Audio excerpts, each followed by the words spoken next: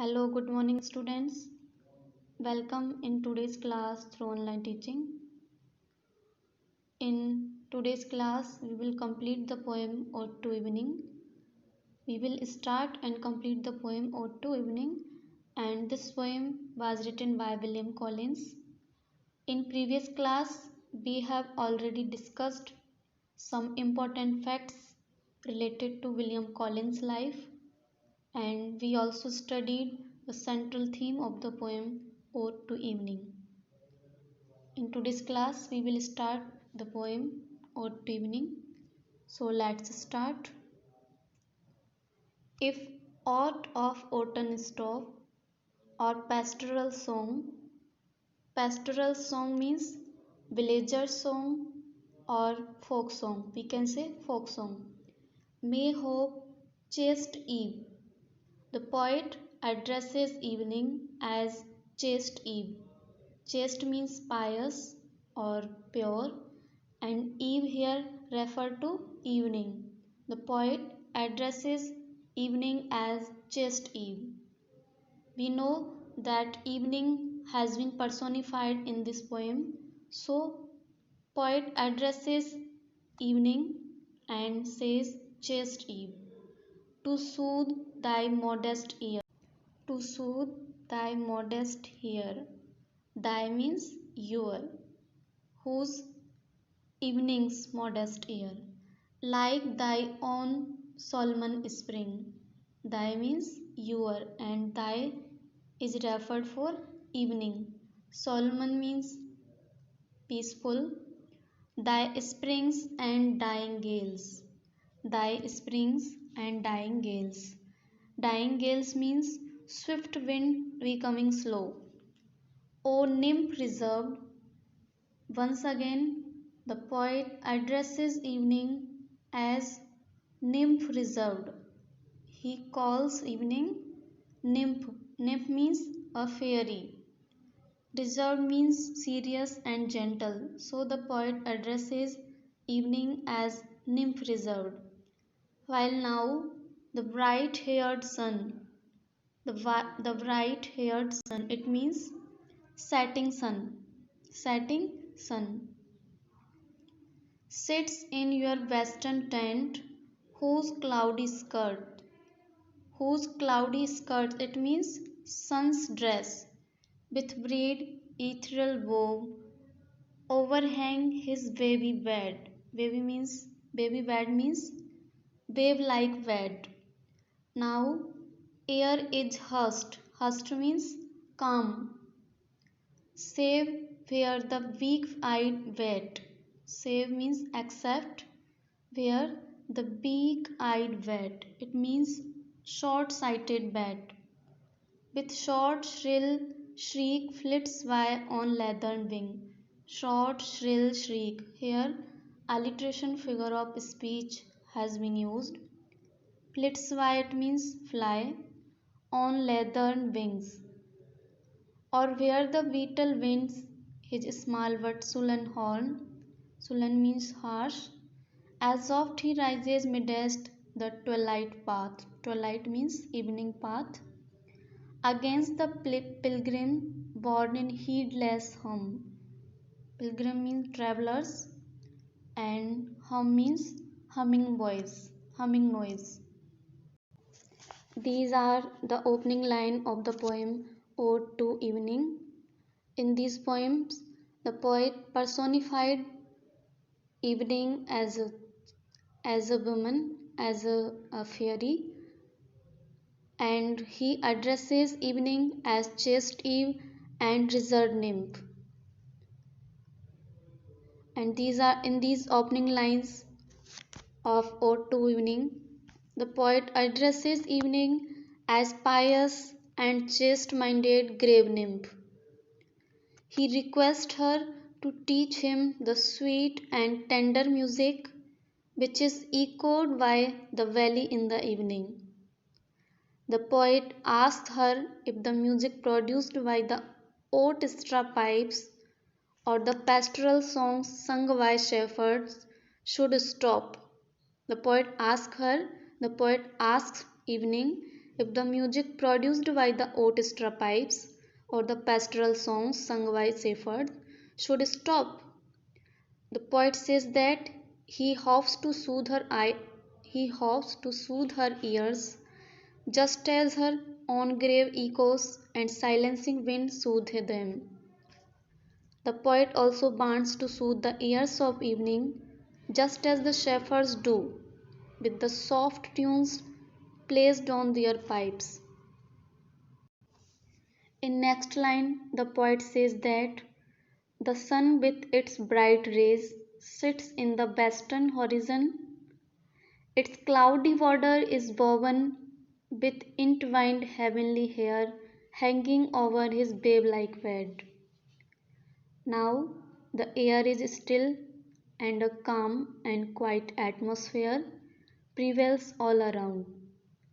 The only sound heard is that produced by the short-sighted bats fluttering their leather wings. They produce faint shrieks. Sometimes the drowning sounds of beetles is also heard. It seems as if they are blowing horns. These beetles often shoot up and produce their humming noise whenever someone passes by their path. These lines represents a superb image of the setting sun. The air is hushed and a solemn calmness prevails. Now teach me, maid composed, to breathe some softened strains, whose numbers stealing through thy darkening veil may not unseemly with its stillness sweet, may not unseemly with its stillness suit. Now teach me, maid composed.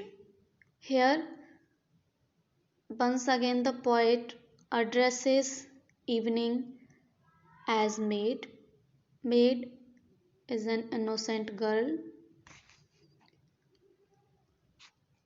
The poet wants to compose such poems so that the music which he has stolen from the dark valley may not become incourageous with the calm and quiet atmosphere of the evening. The poet wishes to create harmony with softened atmosphere of the evening by singing melancholy notes in his verses. His poetry should be as profound as the depth of the valley. With such a song, he would welcome her happy return. He implores her, he implores evening to inspire his poetic imagination so that he may compose soft and gentle poems. He desires to compose the music which floats in deep valleys during evening. As musing slow, I hail thy genial loved return.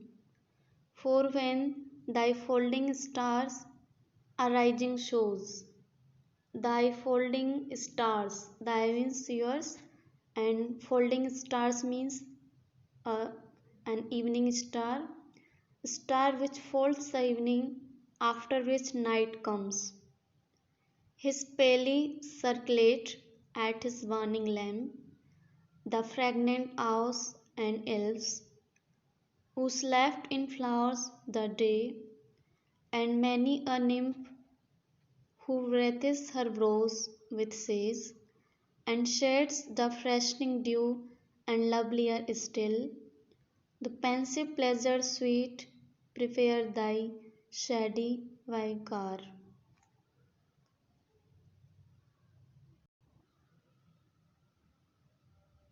Pali, Pali it means dim and small. Warning lamp. Burning lamp means the light of the star. The light of star has been depicted as a lamp and burning about the coming of night. Elves, elf means fairies. The day, the day means during the day. Nymph, nymph means water spirit. Water spirits Pensive pleasures. Pensive pleasure means subdued pleasures. Shadowy car. Shadowy car. It means carries of darkness. Carries of darkness. In this stanza, the poet now describes the coming of the night after evening. The poet here describes the coming of the night. When night comes, evening goes to a solitary barren place. When the evening star rises and shows its dim circle, it is a sort of warning for the coming of the night. Fragrance always flows in the atmosphere at night. Sweet odors that had been lying captive in the flowers are freed. The fairies rejoice at night in frenetic pleasures. These will yoke the dark chariot of evening and prepare for her return to a lonely and barren spot. Then lead calm waters where some sheety lake cheers the lone heath or some time-hallowed pile, or upland fallows grey reflect its last cool gleam. But when chill blustering winds or driving rain forward my willing feet, we mind the hurt that from the mountain side views wilds and swelling floods, in hamlets brown and dim discovered spires, and hears their simple bell a mark over all thy dewy fingers draw. In these lines, the poet says that as darkness dawns, evening appears. In these lines, the poet describes the coming of the night, and he says that as darkness dawns, evening disappears. It is supposed to be carried by the nymphs to its place of rest. At such times, when it becomes dark, the poet wants to wander in some lonely place, full of beauties of nature, or he wants to go to a valley where some ruined building stands with broken or nodding walls, on which the last rays of the setting sun fall and make the wall shine with seamlessly religious light. Evening time is the time of prayer and rest. At this time, the poet seeks no higher achievement than to wander like elf or nymph in the early starlight and dew. The poet describes the coming of the night. When night comes, evening goes to a solitary barren place.